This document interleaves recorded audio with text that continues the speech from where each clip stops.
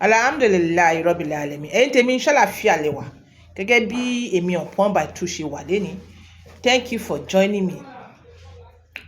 Yes, title tèmi ẹ̀yin náà rí bó ṣe ń lọ pé àkókò wo ló yẹ ká introduce ìbálòpọ̀ education sí àwọn ọmọdé.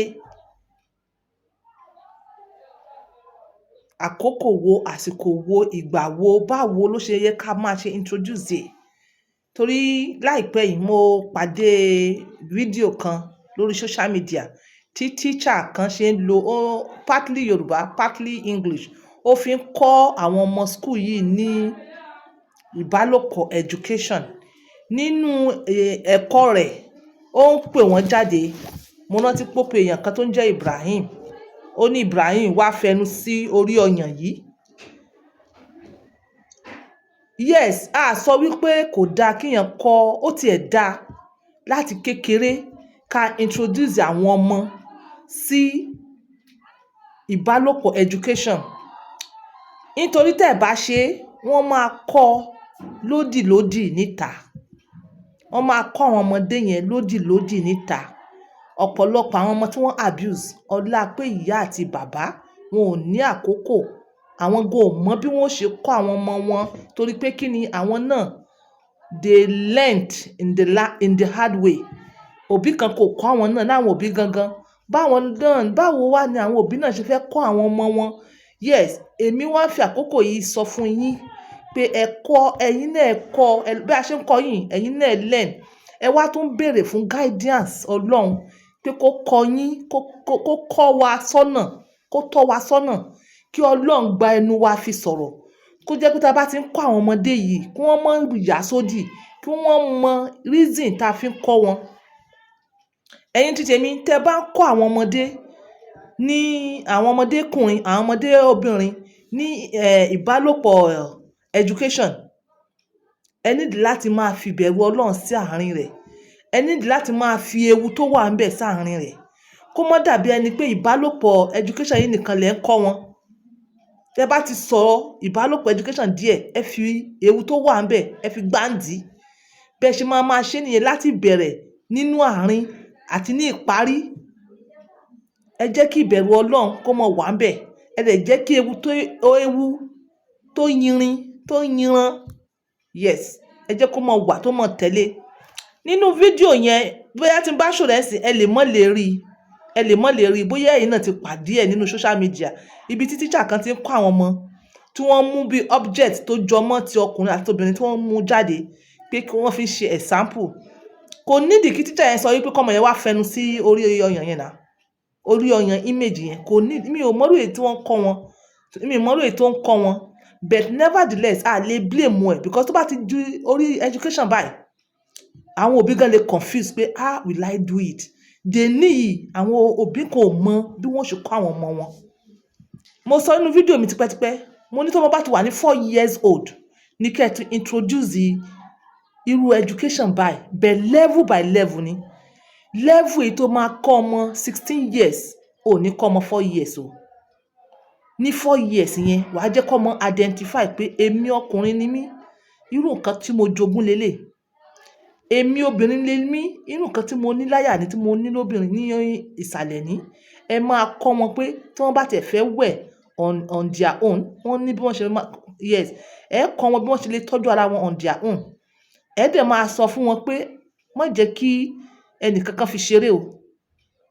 Má jẹ́ kí ẹnìkankan fi ṣeré yàtọ̀ sí pé bóyá ìwọ mọ́mì tó ń wẹ̀ àbí dádì tó ń wẹ̀ àbí èèyàn tó ń wẹ̀ tó bá wá jẹ́ pé ìwọ mọ́mì kọ́ ló ń wẹ̀ tó jẹ́ pé ẹlòmíì ló ń wẹ̀ jẹ́ kó ọmọ kékeré yẹn identify pé tó bá fọ́ ọkàn ẹ̀ báyìí is bad. If my sister tó bá ń wẹ̀ ìwọ ọkùnrin tó bá ṣe báyìí don't allow him. Má jẹ́ kí èèyàn kankan fi abẹ́ rẹ̀ ṣeré. Ẹ ti máa kọ́ àwọn ọmọ yẹn láti kékeré gẹ̀rẹ́gẹ́rẹ́ tó bá ti wọ 5 years tó wọ 6 years ẹ ti introduce nǹkan míì sí níta. Anybody ò gbọdọ̀ pè ránṣẹ́. Anybody bá rán ẹ níṣẹ́ if I'm not there má gbé kinní yẹn wọlé gbé síta. Ẹ béèrè God guidance. bọ́mọ yẹn bá ṣe ń dàgbà sí ẹ máa kọ́ ní gbogbo àwọn sign tó máa rí tó bá ti ń bàlágà, àtọkùnrin ni àtobìnrin ni, tó bá ṣe ń dàgbà sí ẹ tó introduce pé tó láìpẹ́ láì jìnnà wàá mọ̀ sùn, wàá mọ̀ lálàá báyìí, nǹkan tó wàá mọ̀ rí lélẹ̀ ó ti ń ṣòpó ti dọkùnrin nìyẹn. Ìwọ obìnrin bó bá ṣe ń dàgbà ọmọ ò mọ̀ tóbi sí i, tó bá yá wàá wá mọ̀ bẹ̀rẹ̀ nǹkan oṣù, mọ́ bẹ̀rù, báyìí ló ṣe máa ṣe, báyìí ló ṣe máa lò, báyìí ló ṣe máa wọ páìdì ẹ, báyìí ló ṣe máa take care rẹ̀, mọ́ bẹ̀rù. Ẹ ti introduce ẹ sáwọn ọmọdé because àwọn ọmọ mi wà tó yẹ pé wọ́n bẹ̀rẹ̀ nǹkan oṣù láti 9 years. Àwọn míì dẹ̀ ní kí ní tá à ń pè ní èyí tí wọ́n máa ń sùn, èyí tí wọ́n máa ń lálàá, tí wọ́n máa ń dà yẹn, àwọn míì náà máa tètè bẹ̀rẹ̀, ó depend, ọmọ yàtọ̀ sọ́mọ. So irú education báyìí, irú tó yẹ pé irú ọkùnrin nísìn ẹ ti bẹ̀rẹ̀ sí ní initiate fún láti tọ́ ọmọkùnrin náà ti wọ 9 years 10 years. Tó bá yẹ pé obìnrin náà ni yes láti 8 years 9 years ẹ bẹ̀rẹ̀ sí ní sọ pé bó ṣe ń dàgbà yìí o, bó ṣe máa rí leléyìí o, tó bá yà wá bẹ̀rẹ̀ nǹkan oṣù o, àwọn ọmọ mi bẹ̀rẹ̀ nǹkan oṣù ní 9. Bó ṣe máa pàkà rẹ̀, bó ṣe máa ṣe, òun náà ti máa rí pé tí kinní bá dé kì í ṣe àìsàn. Ọ̀pọ̀lọpọ̀ àwọn ọmọ kékeré wọ́n understand in the hard way. Àwọn míì gan tó bá rí kinní yẹn wọ́n rò pé bóyá wound ni wọ́n máa kígbe káàkiri. Ẹ ní láti sọ fún wọn. Ìgbà míì wà tó ọmọbìnrin bá bẹ̀rẹ̀ nǹkan oṣù ní first time tó bá bẹ̀rẹ̀ nǹkan oṣù yẹn ó lè jẹ́ pé ọjọ́ kan ló máa fi wá, ó tún di next year kú mọ́, ẹ máa jẹ́ kó understand God guidance. Bọ́mọ yẹn wọ́n bá ti wá ń dàgbà ẹ jẹ́ kó understand pé tó bá yá pé bó ṣe ń ṣe nǹkan oṣù yìí tọkùnrin bá fọ́ọ̀kan ó máa lóyún o, bó ṣe ń ṣe level tó wà yìí ọkùnrin bá before now ẹ ti máa sọ fún pé anybody bá fi lè tọ́ ọ̀bọ̀ tó bá fi lè débẹ̀ àìsàn ni o. Ẹ jẹ́ kí wọ́n mọ ewu tó wà lórí gbogbo àìsàn staphylococcus gonorrhea, even womb, even pẹ̀lú gbogbo spiritual àti gbogbo ritualist táwọn èèyàn bá ká. Ẹ ti fi bẹ̀rù yẹn sí ọmọ yẹn lọ́kàn. Tẹ́ bá ti fi bẹ̀rù yẹn sí ọmọ yẹn lọ́kàn ẹ ti wà comfortable. Ẹ wá ẹ̀ṣẹ̀ wàá sọ fún pé tó bá ti dàgbà o, tó bá níyàwó o, ẹ máa sọ fún pé gbogbo nǹkan lásìkò, gbogbo nǹkan ní ọjọ́, táìmù ń bọ̀ tó jẹ́ pé ó máa enjoy ẹ lọ ní freely. There's no need to rush. Tó bá rush ó máa rush into the wrong hands. Ritualist, oyún, staphylococcus, gbogbo ẹ̀ bẹ́ẹ̀ yẹn. Àwọn obìnrin gẹ́gẹ́ sọ fún wọn pé wọ́n bù lè bàjẹ́. Ẹ máa wá mọ bí wọ́n lè rè pé àbí wọ́n fẹ́ ní àrùn kògbóògùn. Oníkálukú sọ pé rárá wọ́n máa bẹ̀rù. Ẹ dẹ̀ wá sọ fún àwọn ọmọ pé anybody bá fẹ́ sọ nonsense wọn àbí tó bá fi nonsense hàn wọ́n níta kán wá sọ fún ẹ̀yin ìyá wọn. Tí wọ́n bá wá sọ fún ẹ̀yin ìyá wọn ẹ mọ̀ lé wọn o, ẹ farabalẹ̀ gbọ́ nǹkan tí wọ́n fẹ́ sọ, ẹ wá explain fún wọn further. Kò nídìí ariwo. Anything tó bá jẹ́ ẹ máa fi kọ́ wọn ni. Ẹ jẹ́ kí wọ́n rí yín as a friendly person. Ẹ jẹ́ kí wọ́n rí pé mọ́mí dáàdì mi perhaps èèyàn tí mo lè gbọ́kànlé ni lórí ètò báyìí. Kò nídìí bẹ̀rù. Àwọn ọmọ mi bẹ̀rù wọ́n lọ ń wá consonant níta lẹ fi rí pé wọ́n jábọ́ sí ọwọ́ wrong hand. Ẹ sọ fóbìnrin náà kò nídìí kó rush. Àsìkò bá tó gbogbo ẹ̀ náà ló máa ṣe tó jẹ́ pé nǹkan máa sú òun náà. Ẹ̀yin ìyá ẹ wá tọrọ God guidance kó fún ẹ̀yin náà, kó Ọlọ́run fẹnu yín sọ̀rọ̀. Then after then ẹ nífà ọmọ yẹn lẹ̀ o, gbogbo orí yín máa sharp. Abiyamọ èsùn. Àwọn tó sọ pé ẹni tí bá ti lóyún tí mo bí mo ti tán, who tell you? Ìgbà yẹn gẹ́gẹ́ ló ẹ̀ṣẹ̀ bẹ̀rẹ̀, orí yẹn ó yẹ kó wà alert. Gbogbo changes tọmọ yẹn bá ń go through etí rẹ̀ báyìí ó gbọ́dọ̀ nà. Then nínú ilé ọkùnrin àti obìnrin ẹ separate ilé wọn, yàrá wọn. Ẹ mọ́ fi yàrá wọn sí the same place. Àti ọmọ kékeré ọkùnrin tó bá ti wọ 5 years ẹ má fi yàrá rẹ̀ sí yàrá obìnrin, ẹ separate yàrá wọn. Then àti bẹ̀ ẹ wá mọ̀ sọ fún ọmọ kékeré ọkùnrin pé tí wọ́n bá fọ ẹ̀kàn báyìí ó bad, tó ẹ̀gbọ́n rẹ̀ bá dì mí báyìí ó bad, it's bad, something will happen. Tẹ́ bá tún scare wọn díẹ̀ ẹ tún mellow down díẹ̀. Àsìkò bá di pé wọ́n bá bàlágà tí wọ́n ti wise díẹ̀ ẹ wá analyze gbogbo ẹ̀ pé àsìkò tó wà yìí ìwọ ọkùnrin ó lè fúnyàn lóyún o tó bá ti bàlágà. Ṣé ìwọ tá sì ń fún lóúnjẹ wàá ní kó fúnyàn lóyún?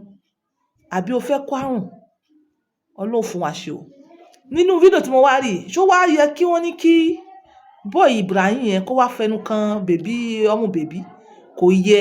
Torí bí teacher yẹn ṣe ń kọ́ wọn tí ò bá lè fi dọ́ǹtì bẹ̀ sí tó fi Ọlọ́run kọ́ wọn lọ́rùn, ọ̀pọ̀lọpọ̀ ó practice wọ́n fẹ́ ṣe physical.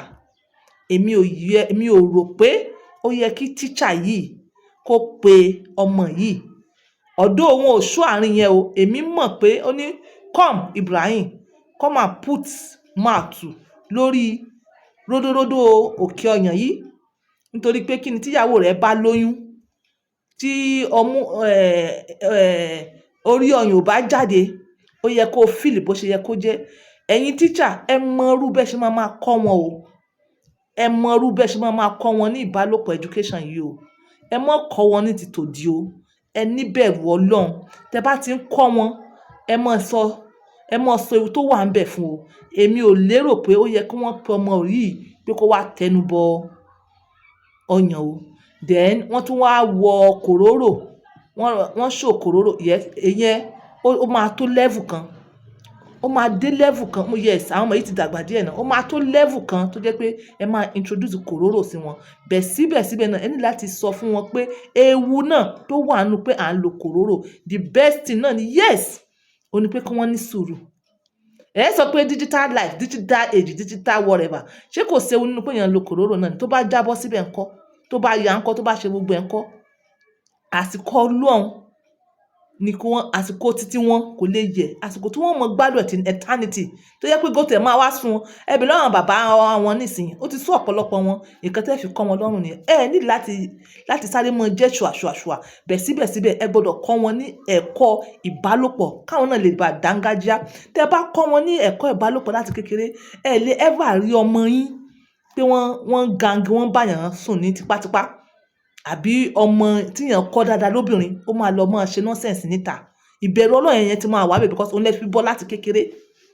Mo believe I be able to pass message. So èmi ò mọ bẹ́ẹ̀ ṣe ń bá lọ rí kíní yẹn wò lórí social media o. Ẹ rí wò lórí social media. Mo mọ̀ pé ọ̀pọ̀lọpọ̀ yín ti rí wò. So it's a welcome idea, but ẹ ní bẹ̀rù Ọlọ́run. Ẹ̀yin tẹ́ ń kọ́ àwọn ọmọ yìí. Ẹ má kọ́ wọn níkọ̀ pé yes, àwọn míì burú. Wọ́n kọ́ wọn níkọ̀ pé ẹ lọ practice ẹ̀. Ẹ má kọ́ wọn níkọ̀ pé kí wọ́n practice ẹ̀. Ẹ kọ́ wọn, ẹ tún fi bẹ̀rù Ọlọ́run sí abẹ́ ẹ̀. Ẹ kọ́ wọn, ẹ tún fi ewu tó wà ńbẹ̀, ẹ tún tì í bọ̀.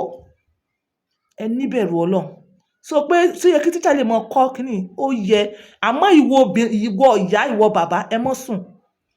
Lẹ́yìn ẹ̀kọ́ ti school, fẹ̀rìfẹ̀rí ni wọ́n lè kọ́ wọn bí o ṣe fẹ́ kọ́ ọmọ rẹ. Ìwọ wà á wálé, ó wà lè kọ́ ọmọ rẹ bá wálé, wà á tún wá kọ́ dáadáa bí ìwọ ìyá àti bàbá ṣe fẹ́. Tá bá fi lè táwọn ọmọ wa sọ́nà, wàláì ọkàn yín ti balẹ̀. Ẹ̀rù ò ní bà yín. Tá bá lọ boarding school, ọkàn yín ó balẹ̀ pé ọmọ mi is on the right path. Mo believe pé I understand. God guidance ó ní kẹ́ tọrọ. Like èmi tí mò ń sọ̀rọ̀ yìí, ó ti ṣẹlẹ̀ sí mi rí. In the sense that ó ṣẹlẹ̀ sí mi, ọmọ sì wá sọ fún mi pé mọ́mí o, sí fíìmù tí wọ́n fi hàn mí ní school eléyìí o. Fíìmù tí wọ́n fi hàn mí ní school eléyìí. Tí àwa bá fẹ́ wo fíìmù tí wọ́n bá ti show pé wọ́n fẹnu bọ́ra wọn lẹ́nu, àwa ó sáré pa ni. Àmọ́ wá lọ show ọmọ ní èyí fíìmù blue yẹn gangan. Nítorí pé ó jẹ́ ọmọ tó lẹ́kọ̀ọ́ tí ìbẹ̀rù náà ti wà lọ́kàn ẹ̀. Okay, wo it's like this, it's like this. This is only film. Àwọn eléyìí tí wọ́n ti ta. Yes, tí wọ́n ti ta ni màá rò mo sọ. By the time ọmọ fi wá ń dàgbà, ó máa understand pé yes, iṣẹ́ tàwọn ṣe nìyẹn. God guidance ni. Ẹ jẹ́ ká bèrè lọ́wọ́, ká bèrè. Mo sọ pé ṣé èèyàn gidi, mo ń sọ bí ẹ, mo ní ṣé èèyàn gidi lè wà kí wọ́n máa ṣe nonsense yìí fún, kí wọ́n máa ya fọ́tò rẹ̀. Mo ní àwọn eléyìí fire làwọn lọ. Straight bẹ́ẹ̀. God guidance ní ẹ jẹ́ ká bèrè o. God guidance. Bye for now.